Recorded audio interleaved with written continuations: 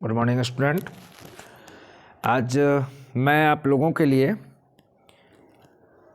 संस्कृत का जो कि क्लास 10 और क्लास 12 दोनों के लिए कुछ बातें कॉमन और कुछ बातें खास है, जिसको मैं इस वीडियो के माध्यम से बाइफरकेट यानी अलग अलग करके आपके सामने ला रहा हूँ।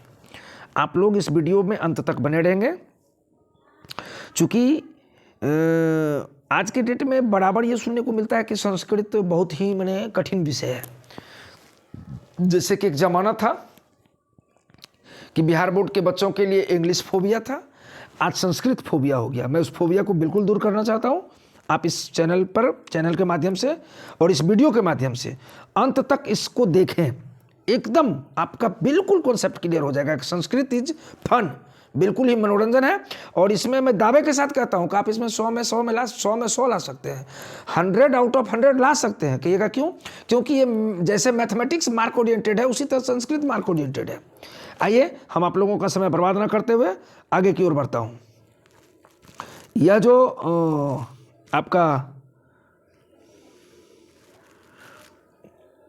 आपका वीडियो है, ये फॉर एग्जाम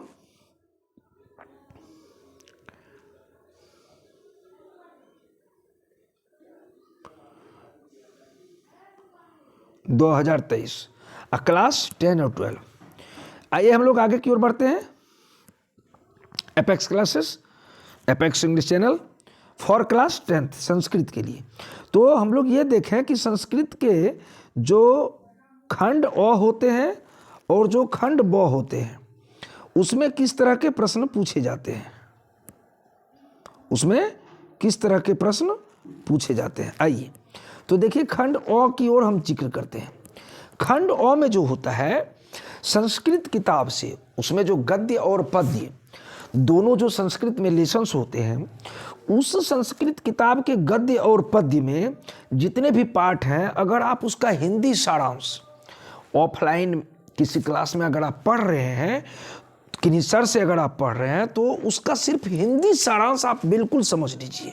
एक बार ना दो बार ना 3 बार। हालांकि मैं आपको आने वाले वीडियो में संस्कृत का और बेहतर कॉन्सेप्ट दूंगा कि आप एकदम निश्चित रूप से इस वीडियो के माध्यम से, हम क्या बोल रहे हैं, और पेपर में हम 75%, 85%, 90+ इस तरह की मार्क की बात करते हैं, लेकिन संस्कृत में 100 आउट ऑफ 100 की बात करते हैं। और वो आप इस वीडियो को देखा होगा। तो वो जो हिंदी में जितने भी संस्कृत में लेसन्स हैं, पाठ हैं, उन सभी पाठ का अगर आप हिंदी सारांश बखूबी जान रहे हैं, तो निश्चित रूप से आप यह जान लीजिए कि आपका जो है हिंदी वाला प्रश्न जो कि संस्कृत के प्रश्नों में पूछा जाता है, उसका जवाब आप आराम से दे देंगे। और वह ऑब्जेक्टिव के तौर पर कम से कम 20 नंबर का क्वेश्चन आपको पूछा जाता है, क्लास 10th में भी और क्लास 12 में भी। याद रखिएगा, क्लास 10th में भी और क्लास 12 में भी किताब का लेसन का जो हिंदी सारांश है, उसको याद रखने से। जैसे कि यहाँ देखिए, एक क्वेश्चन है आपका कि सिख संप्रदाय के 10वें गुरु कौन थे। इस तरह के प्रश्न हिंदी का प्रश्न होता है, हिंदी भाषा में, और हिंदी में उसका ऑप्शंस होता है, उसका जवाब आपको देना है। और ये संस्कृत के लिए है। चूंकि सिख संप्रदाय का से रिलेटेड वहाँ आप गुरु गोविंद सिंह के बारे में पढ़ते हैं, उससे रिलेटेड यहाँ हिंदी में प्रश्न पूछा जाता है, तो आप उसका जवाब दे सकते हैं। तो एक ये बहुत अच्छी बात है। दूसरी बात, संधि और संधि विच्छेद। बच्चों याद रखना कि अगर आप हिंदी व्याकरण के माध्यम से भी संधि और संधि विच्छेद को पढ़ लिए हैं, तो संस्कृत में बहुत ज्यादा अंतर नहीं है।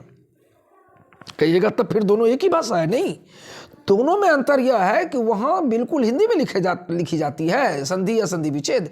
यहाँ उसका क्या किया जाता है, तो यहाँ उसका जो है, जहाँ मौ का उच्चारण होता है अंत में, जैसे बालकम, और जहाँ विसर्ग का उच्चारण होता है, बस वो लगाया जाता है।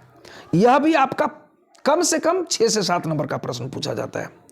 फिर समास से भी, तो आपको मैं समास संधि का एक शॉर्ट वीडियो, जैसे मैं अभी शॉर्ट वीडियो कोविड-19 का दिया फॉर क्लास 10 और 12 इंग्लिश के लिए, साइंस आर्ट्स कॉमर्स सब के लिए, है ना, ठीक उसी तरह का मैं शॉर्ट वीडियो दूंगा। बस आप चैनल पर बने रहें, सब्सक्राइब करें।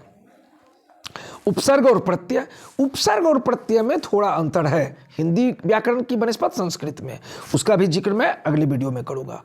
फिर उस उपसर्ग और प्रत्यय से भी आपको 10 नंबर के प्रश्न पूछे जाते हैं, ऑब्जेक्टिव। फिर कारक और उसके भेद, उसके चिन्ह, सूत्र की व्याख्या, इन सब से भी आपको 7 से 8 नंबर का प्रश्न पूछा जाता है। तो अब कारक का तो आप जानते हैं 8 भेद है, फिर उस 8 का नाम और उसका चिन्ह, जैसे कर्ता कारक ने चिन्ह प्रथमा विभक्ति, कर्म कारक को चिन्ह द्वितीय विभक्ति, करण कारक से चिन्ह तृतीय विभक्ति, यहां से मतलब संबंध, संप्रदान कारक चतुर्थी विभक्ति के लिए, आपादान कारक से चिन्ह पंचमी विभक्ति, संबंध कारक काके की षष्ठी विभक्ति, अधिकरण कारक में पर और सप्तमी विभक्ति, संबोधन कारक हे अरे जी प्रथमा विभक्ति। तो इस तरह से आपको याद रखना है। फिर लिंग से प्रश्न होता है, और संस्कृत में लकार बहुत ही बड़ा रोल मॉडल अदा करता है। चूंकि लकार मतलब काल, अकाल मतलब टेंस, तो अंग्रेजी में टेंस के हम 12 अलग अलग भेद को पढ़ते हैं, हिंदी में जाते हैं तो उसका भी अलग अलग हो जाता है, लेकिन संस्कृत में यही लकार यानी वही टेंस वही काल के मुख्यतः 10 भेद होते हैं। लेकिन 10 में से हमको 5 पढ़ना होता है, लट लकार वर्तमान काल, लंग लकार भूतकाल, लिट लकार भविष्यत काल, लोट लकार आज्ञा अर्थक काल और विधिलिंग चाहिए सकना। मात्र 5 लकार, जो कि मैं आपको निश्चित रूप से चैन सिस्टम के माध्यम, वीडियो का जो चैन सिस्टम है संस्कृत के लिए, इसके माध्यम से आपको जबरदस्त लकार का ट्रिक मैं दूंगा, जो कि आपका टेंशन बिल्कुल दूर हो जाएगा। तो यह रहा आपका खंड ऑब्जेक्टिव।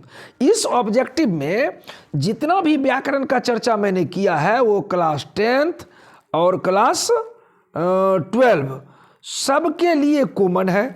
आप निश्चित रूप से पूरा का पूरा इस वीडियो के कॉन्सेप्ट को समझें कि संस्कृत में 100 आउट ऑफ 100 कैसे आएगा। खंड ब की चर्चा हम लोग करते हैं। खंड ब में क्लास 10th और 12 के लिए अलग अलग पार्टिसिपेशन है, जिसको मैं इस वीडियो के माध्यम से अंत में आपको क्लियर कर दूंगा। आप इसको देखें।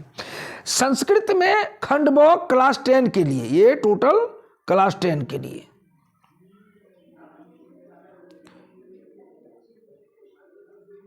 क्लास 10th के लिए, इसमें जो है आपका 1 नंबर में जो क्वेश्चन होता है वो गद्यांश रहता है। गद्यांश में जो आपका 6 मार्क्स का, तो उसमें भी 1 नंबर का क और ख रहता है। तो अगर क बनाइए तो ख नहीं, या ख बनाइए तो क नहीं। 6 नंबर का प्रश्न का अकॉर्डिंग टू गद्यांश, संस्कृत में गद्यांश, संस्कृत में प्रश्न और उसका उत्तर भी संस्कृत में, उसी गद्यांश से रिलेटेड। और फिर 6 नंबर का दूसरा भी गद्यांश रहता है। इट मीन्स 12 नंबर का गद्यांश जो है आप आराम से संस्कृत में सॉल्व कर सकते हैं, एकदम अनडाउटली। और जो दोनों गद्यांश होता है वह प्रोज यानी कहानी आधारित ही होता है।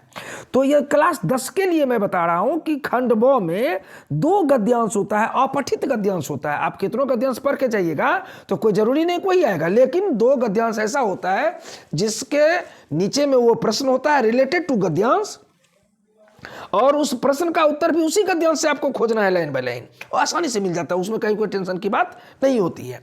तो थोड़ा बहुत भी अगर आपको संस्कृत पढ़ने आता है, बालकः बालको बालकम, तो आप उस गद्यांश का प्रश्न आराम से प्रश्न का उत्तर दे सकते हैं, गद्यांश से आधारित प्रश्नों का उत्तर, और आपको 6 दूनी 12 नंबर एकदम श्योर शॉट आएगा। फिर हम लोग बढ़ते हैं भाई कहाँ, आवेदन पत्र। ये भी देखिए बड़ा ही चर्चित मुद्दा है। आवेदन पत्र के बारे में क्या है सुन लीजिए। तो उस आवेदन पत्र में जो कि प्रश्न संख्या 2 में पूछा जाता है, उसमें आपको 4 प्रश्न होते हैं, यानी कोई 2 पत्र और कोई 2 आवेदन पत्र। चारों प्रश्न एक ही में होते हैं, चारों, लेकिन वहां ऊपर में निर्देश दिया हो रहता है कि किन्हीं 2 प्रश्नों का उत्तर दें, जो कि संस्कृत में देना होता है। प्रश्न हिंदी में लिखा हुआ रहता है, उत्तर संस्कृत में देना होता है। तो हमारा अगर मजबूत पत्र है तो हम कोई 2 पत्र का ही जवाब दे दें, अगर हमारा मजबूत आवेदन पत्र है तो हम आवेदन पत्र को ही दे दें। अभी आप वीडियो में बने रहे, अंत तक में आपको हम बताएंगे कि आवेदन पत्र कितना आसान है संस्कृत में लिखना, है ना। तो अगर आप एक आवेदन पत्र सीख गए तो उस तरह से दूसरा आवेदन पत्र भी लिखना है हमको, क्योंकि वहां प्रधानाध्यापक की ही बात की होती है। तो ये ध्यान रखना है, जो कि 4-4 नंबर का क्वेश्चन होता है, यानी 4 दूनी 8 नंबर। अगर कोई 2 आवेदन पत्र लिख देते हैं तो 8 नंबर, अगर कोई 2 पत्र लिखते हैं तो 8 नंबर, और वह क्वेश्चन हिंदी में होता है लेकिन संस्कृत में उसका आंसर देना होता है। तो ये हो गया। अब आगे की ओर हम लोग बढ़ते हैं। तीसरा क्वेश्चन बहुत ही वीवीआई। क्या है वीवीआई भाई, क्यों है वीवीआई? अनुच्छेद। तो अनुच्छेद के बारे में मैंने नीचे में आपको जो है यहाँ ऑप्शन दिया हूं कि ये सभी अनुच्छेद आपका जो है, ये टोटल का टोटल अनुच्छेद आपका वीवीआई है। टोटल का टोटल अनुच्छेद वीवीआई है। यहां से लेकर के यहां तक यह वीवीआई है। मतलब इसमें से कोई एक आपको निश्चित रूप से ऑप्शन में आएगा और इसके बारे में आपको मात्र 7 लाइन लिखना है और 7 नंबर आपको प्राप्त हो जाएगा। 7 वाक्य 7 नंबर संस्कृत में अनुच्छेद, उसका भी जिक्र मैं वीडियो के अंत में किया हूं। तो सबसे पहला है वैश्विक महामारी कोरोना। ये भी बहुत ही संभावित है, एकदम आ सकता है। प्रिय कवि भी वैसा ही है। मम ग्राम, हिमालय, परोपकार, वर्षा ऋतु, मम प्रिय शिक्षिका और महात्मा गांधी।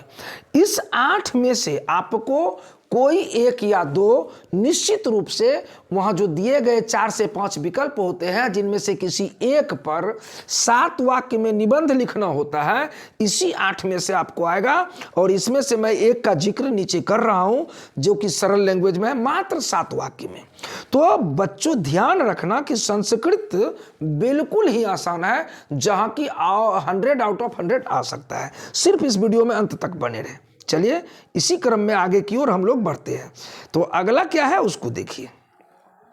चलिए, मैंने अभी आपको क्या बोला था कि आगे जो है आपका वो है क्या, तो वो है निबंध, अनुच्छेद जिसको हम लोग बोलते हैं, जो कि मैंने कोरोना महामारी के बारे में लिखा है। क्योंकि अभी चारों ओर कोरोना कोरोना कोरोना, तो जब भाई कोरोना है तो कोरोना हाईलाइटेड है, तो हम भी इसको हाईलाइटेड करते हैं। आइए हम लोग देखते हैं कि इस वैश्विक महामारी कोरोना के बारे में 7 पंक्ति कितना सरल है। पहला पंक्ति हम लोग पढ़ते हैं कि कोरोना महामारी एक वैश्विक महामारी अस्ति, कि कोरोना महामारी एक वैश्विक महामारी है।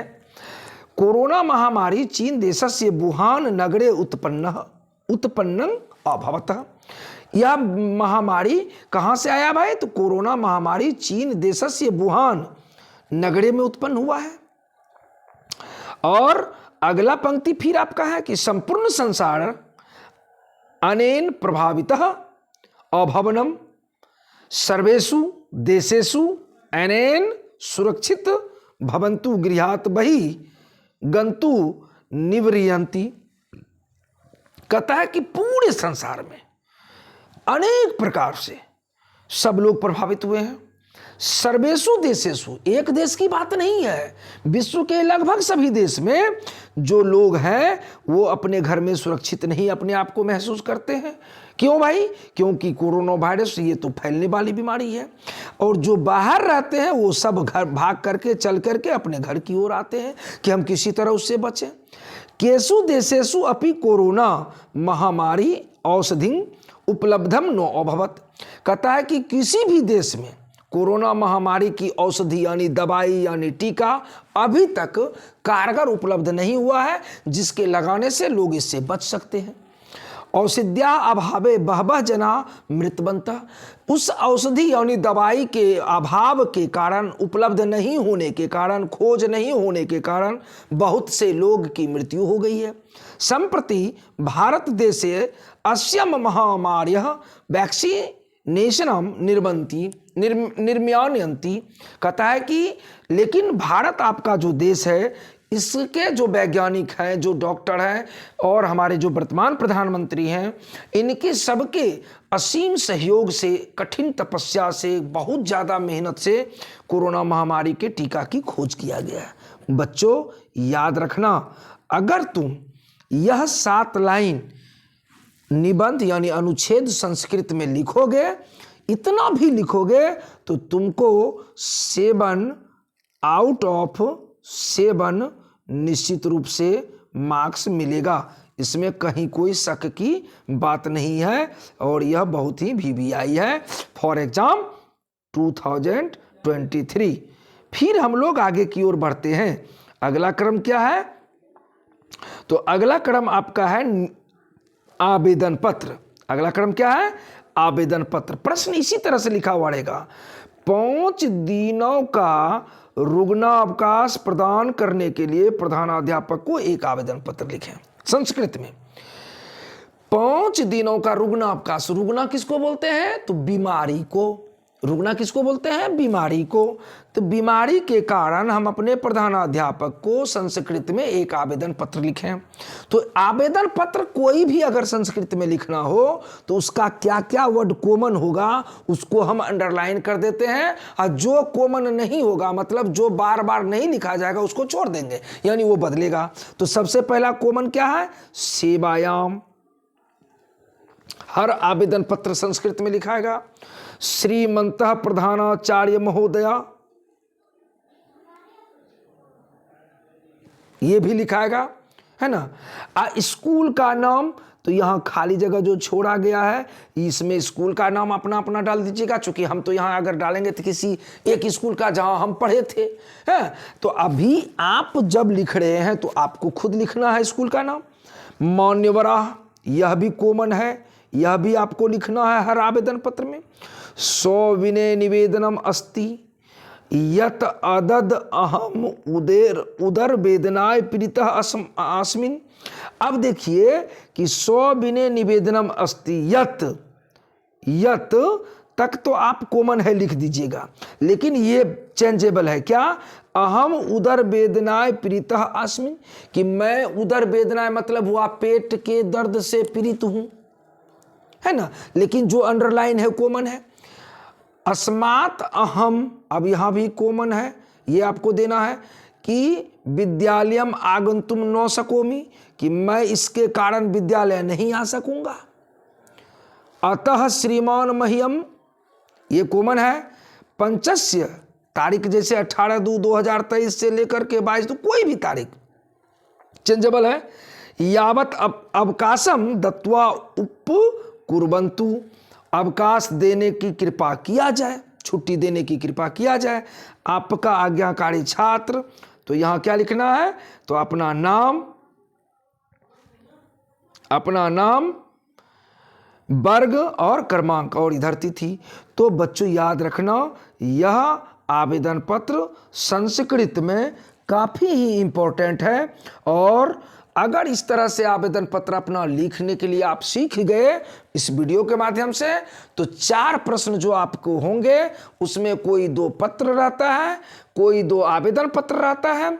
तो आप कोई 2 आवेदन पत्र लिखेगा, आपको 4 दूनी 8 नंबर प्राप्त होगा, यानी एक प्रश्न के लिए 4 आउट ऑफ 4 निश्चित रूप से आपको प्राप्त होगा। तो बच्चों, इसलिए आपसे मेरा यही कहना है कि आप इस वीडियो में अगर नए हैं, इस चैनल के लिए नए हैं, तो आप चैनल को सब्सक्राइब करें, और अगर पहले से जुड़े हुए हैं तो वीडियो में अंत तक बने रहें। आपको 10th क्लास के लिए हर सब्जेक्ट का किस प्रकार से पढ़ना है, जो कि बेहतर मार्क्स लाना है, कौन विषय में आपको किस प्रकार से तैयारी करना है, हर वीडियो मिलेगा। और इंटर, साइंस और कॉमर्स वालों के लिए इंग्लिश और हिंदी, और आर्ट्स वालों के लिए ऑल फैकल्टीज की वीडियो, ऑल सब्जेक्ट्स की वीडियो मिलेगी। अब बच्चों, मैं आपका फिर ध्यान केंद्रित करता हूं, जो इंटर आर्ट्स में सिर्फ संस्कृत लिए हुए हैं, उनके ऑब्जेक्टिव के लिए तो मैं पहले से बता दिया हूं, लेकिन उनके सब्जेक्टिव का ये वीडियो जबरदस्त है, इसको अंत तक देखें। ये सब्जेक्टिव का वीडियो इंटर आर्ट्स के लिए है। और वैसे छात्र जो संस्कृत लेकर के इंटर आर्ट्स में 100 आउट ऑफ 100 लाने की कल्पना कर रहे हैं, उनके लिए यह वीडियो बहुत ही महत्वपूर्ण है। आइए पहला प्रश्न देखते हैं। संस्कृत प्रश्नों का संस्कृत में उत्तर दें। यह देखिए, यह जो प्रश्न है वहाँ हिंदी, संस्कृत में हिंदी का प्रश्न होता था, हिंदी में उत्तर, यहाँ संस्कृत के प्रश्नों का संस्कृत में उत्तर देना है, जो कि आपको 2 प्रश्न का उत्तर देना है, 5-5 अंक का होता है, 5 प्रश्नों का उत्तर देना, 2-2 अंक का होता है, और ये 10 मार्क्स आपको प्राप्त होता है। फिर देखिए दूसरा क्वेश्चन जो है यह बिल्कुल ही VVI क्वेश्चन है। वो कैसे? तो संस्कृत के शब्दों को संस्कृत में वाक्य बनाओ। अब कहिएगा कि सर ये कितना आसान है? बिल्कुल आसान है। तो कैसे आसान है? तो यह आसान इसलिए है कि संस्कृत में जो भी शब्द होंगे उनका वाक्य हम गद्यांश से भी रिलेटेड कुछ भी बना सकते हैं, अगर हम निबंध अनुच्छेद लिखे हैं उससे भी रिलेटेड बना सकते हैं। आवेदन पत्र लिखे हैं तो शब्द को वहां से भी जोड़ करके हम बना सकते हैं। तो यहाँ 5 में 5 आप प्राप्त कर लेंगे, उसमें कहीं कोई शक की बात नहीं है। और तीसरा प्रश्न आपका होता है वह है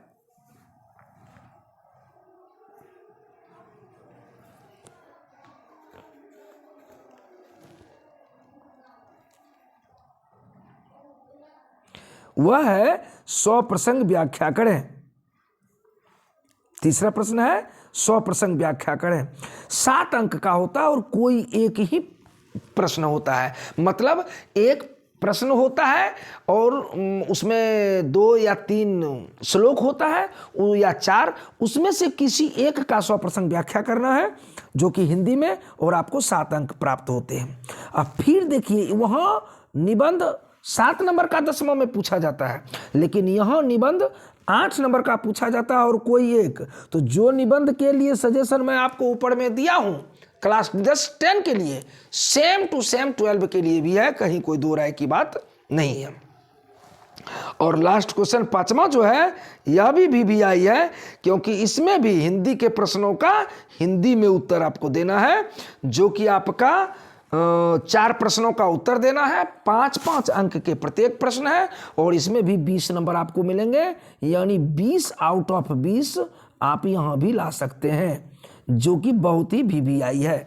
यानी आप यह जान लीजिए कि जो 12 के इंटर आर्ट्स में संस्कृत लिए हैं उनके लिए यह 5 सजेशन बहुत ही कारगर साबित होगा।